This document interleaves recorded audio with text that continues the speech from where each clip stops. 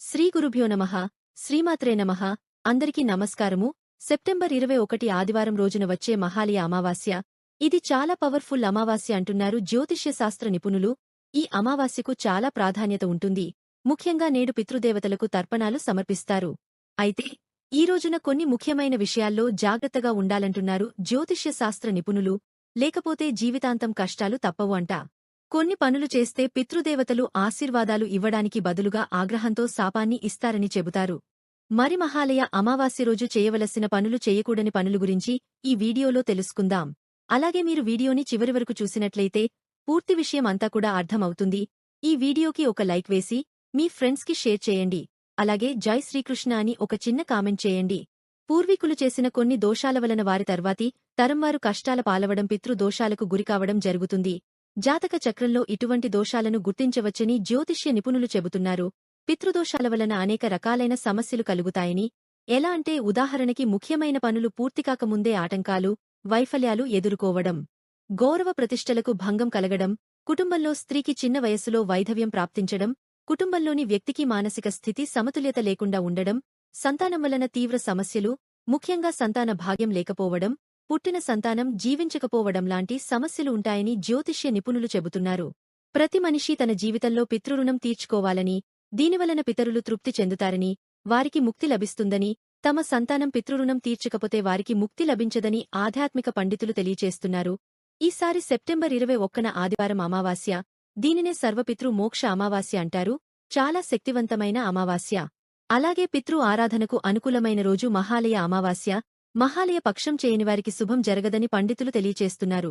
మన జీవితంలో వచ్చే సుఖదుఖాలన్నీ మనం గత జన్మలో చేసిన పాపాలను బట్టి ఉంటాయంటారు.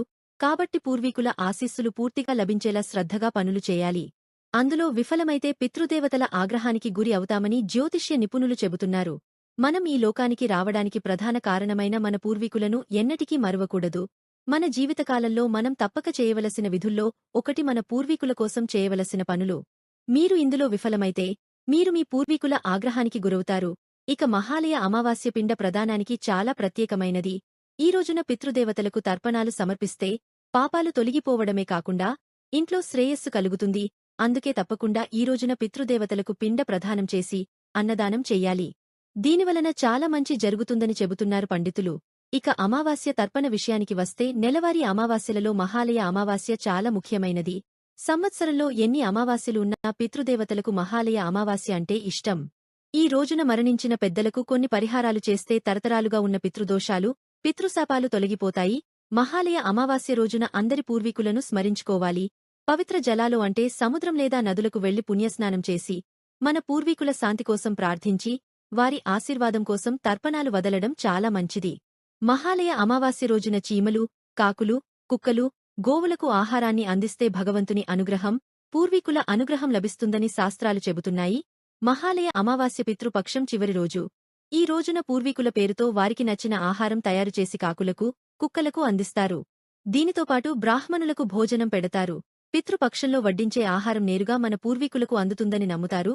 మహాలయ అమావాస్య రోజున మీరు పూర్వీకులకు ఇష్టమైన ఆహారాన్ని తయారుచేసి బ్రాహ్మణులకు భోజనం పెట్టడం కూడా మంచిది. ఈ మహాలయ అమావాస్య సందర్భంగా కూష్మాండం బ్రాహ్మణులకు దానం చేయాలి. సమస్త శుభాలు కలగాలంటే కూష్మాండంతో పాటు వస్త్ర దానాలు చేయాలి. ఈ రోజున ఉప్పు, ఇనుము, పత్తి, బియ్యం దానం చేయాలి. అదేవిధంగా మహాలయ అమావాస్య రోజున పితృతర్పణం ఇవ్వాలి. మహాలయ అమావాస్య, పితృ అమావాస్య, సర్వపితృ అమావాస్య అని కూడా అంటారు. ఈ రోజును పెద్దల కోసమే కేటాయిస్తారు. పితృపక్షాల సమయంలో పితృదేవతలు భూమి మీదకు వస్తారని, తమ వారిని ఆశీర్వదించి వెళతారని చెబుతారు. పితృ అమావాస్య రోజు ఎవరైతే పితృదేవతలను గుర్తుచేసుకుని శ్రాద్ధ, దాన, తర్పణాలను చేస్తారో వారిపై పితృదేవతల ఆశీస్సులు మెండుగా ఉంటాయని చెబుతారు. మహాలయ అమావాస్య రోజున అందరూ పితృదేవతల ఆత్మశాంతికి వారిని గుర్తుచేసుకుని పిండ ప్రదానం చేస్తారు. అయితే సర్వపితృ అమావాస్యగా చెప్పబడే ఈ రోజున కొన్ని పనులు చేస్తే పితృదేవతలకు ఆగ్రహం వస్తుందని, ఫలితంగా ఆశీస్సులకు బదులు శాపాలు వస్తాయని చెబుతున్నారు.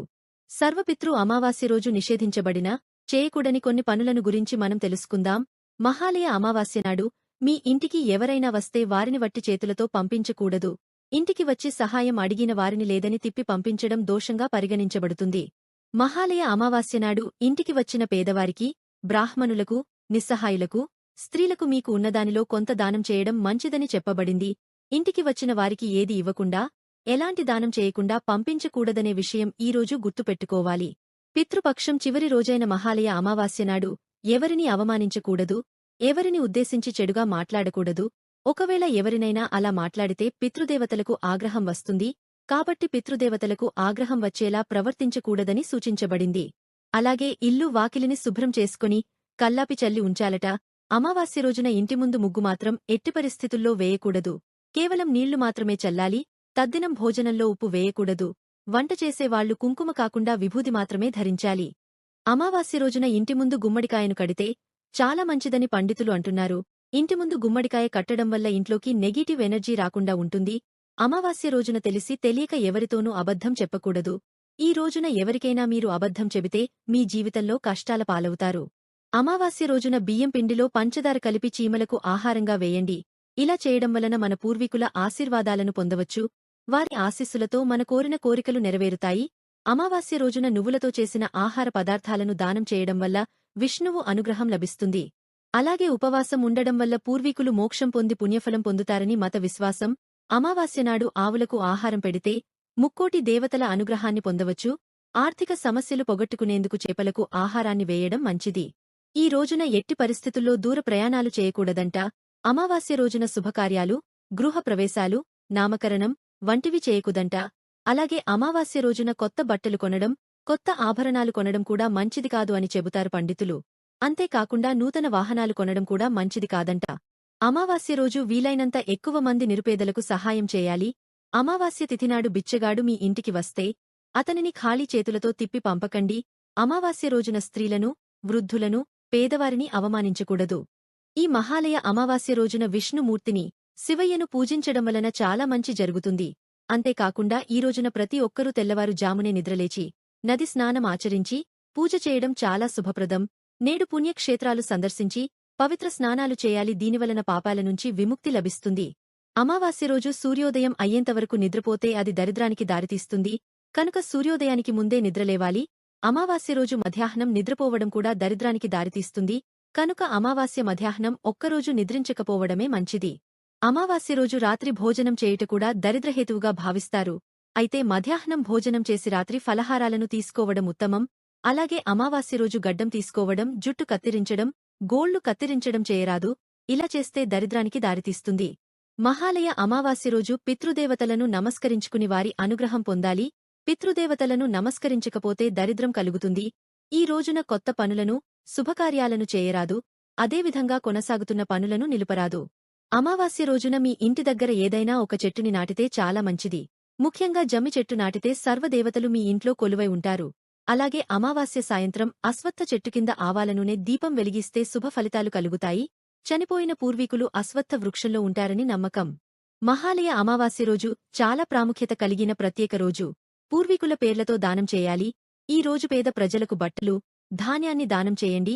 పూర్వీకులకు తర్పణం చేసేటప్పుడు కుస, నల్ల నువ్వులు, తెల్లటి పువ్వులను మీ చేతులలో ఉంచుకోండి. ఈ రోజు పితృదేవతలు సూర్యాస్తమయం వరకు వాయురూపంలో ఇంటి గుమ్మం వద్ద ఉండి తమ కుటుంబం నుండి తర్పణం, శ్రాద్ధం కోరుకుంటారు. కాబట్టి ఈ రోజున పవిత్ర నదిలో స్నానమాచరించి నైవేద్యాలు సమర్పించి బ్రాహ్మణులకు అన్నదానం చేసి వీలైనంత దానం చేయండి. పితృపూజ చేయడం వల్ల ఆయుష్షు పెరుగుతుంది. కుటుంబంలో ఆనందం, శ్రేయస్సు పెరుగుతుంది. అలాగే సాయంత్రం ఇంటికి దక్షిణం వైపున ఆవనూనె దీపం వెలిగించండి. ఈ రోజు పిండిని దానం చేయడం వల్ల కూడా మంచి ఫలితాలు లభిస్తాయి. అమావాస్య తిథుల్లోనూ భార్యాభర్తలు కలవకూడదు. ఇది వైవాహిక జీవితంలో ప్రతికూల ప్రభావాలను కలిగి ఉంటుంది. ఇందుకు కారణం అమావాస్య రోజు ప్రతికూల శక్తుల శక్తిమంతంగా ఉంటాయి. ఈ రాత్రి భార్యాభర్తలు కలిసినట్లయితే పితృదేవతల ఆగ్రహానికి గురయ్యే ప్రమాదముంది. ఫలితంగా ఇంట్లో సంతాన సమస్యలను కలిగిస్తారు అని చెబుతున్నారు పండితులు. అమావాస్య రోజున పసిపిల్లలను సాయంత్రం వేళ బయటకు తీసుకురాకూడదు. శాస్త్రం ప్రకారం నడుచుకుంటే శుభఫలితాలను పొందగలుగుతారు. ఇక చాలామంది మహాలయ అమావాస్య రోజు మాంసాహారం తింటారు, మద్యాన్ని సేవిస్తారు. మద్యం, మాంసాలు మహాలయ అమావాస్య రోజు తినకూడదు. మాంసాహారం తింటే పితృదేవతలకు కోపం వస్తుంది. మహాలయ అమావాస్య రోజున వెల్లుల్లి, ఉల్లి, మాంసం, గుడ్లు, చేపలు పొరపాటున కూడా తినకూడదని, మద్యపానం చేయకూడదని చెబుతున్నారు పండితులు.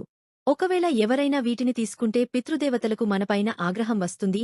మహాలయ అమావాస్య రోజు పితృదేవతలను ప్రసన్నం చేసుకోవడానికి, వారి ఆశీర్వాదాలు పొందడానికి నియమనిష్టలతో సార్థకర్మలు చేయాలి, దానధర్మాలు చేయాలి.